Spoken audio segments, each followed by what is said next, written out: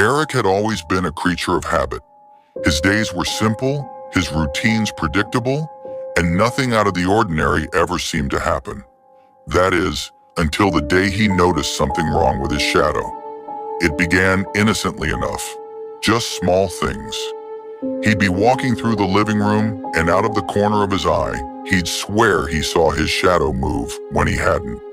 But when he stopped and turned to look, it was perfectly normal, stretching behind him in the soft light.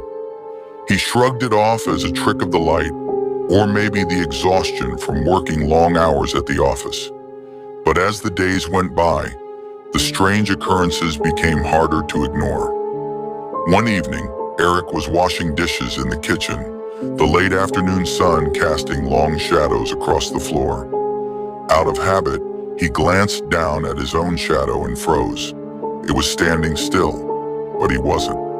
His hands trembled as he stopped washing the plate, watching in disbelief as his shadow remained upright, as if it were still scrubbing the dish.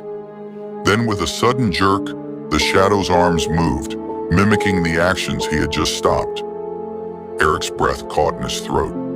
He stepped back, and this time his shadow didn't follow. It stood rooted in place, frozen in its mimicry of the task. He slowly walked out of the kitchen, watching the shadow from the corner of his eye. Just before he turned the corner, he saw it shift again, moving as though it had noticed him leaving. For the next few nights, Eric avoided the evening light, keeping his home brightly lit or staying in rooms without strong shadows. But it didn't help. The shadow began appearing where it shouldn't, standing in the hallway or lingering in the bathroom mirror behind him, even when there wasn't enough light to cast it. One night, after a particularly long day at work, Eric was sitting on the couch, trying to ignore the nagging sense of being watched. The TV flickered, casting soft light across the room. He glanced at the wall to see his shadow, except it wasn't just his shadow anymore. It was standing up.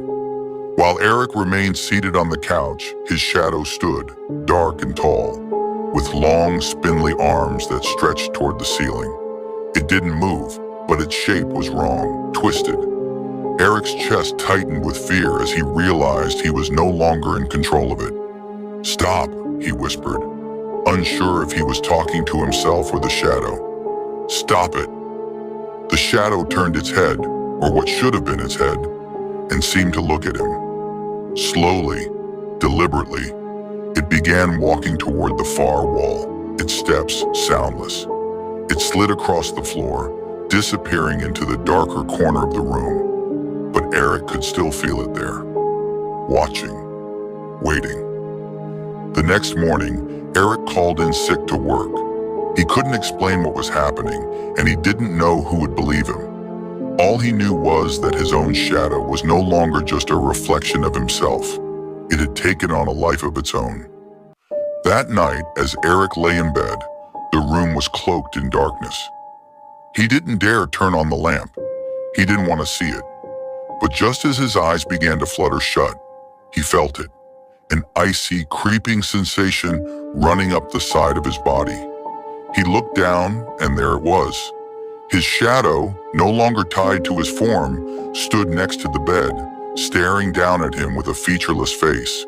It raised its arm, and this time Eric couldn't move. His body felt heavy, pinned by an invisible weight. The shadow leaned in closer, its hand reaching out toward him. And then, in the softest whisper, it spoke. "I'm not your shadow anymore.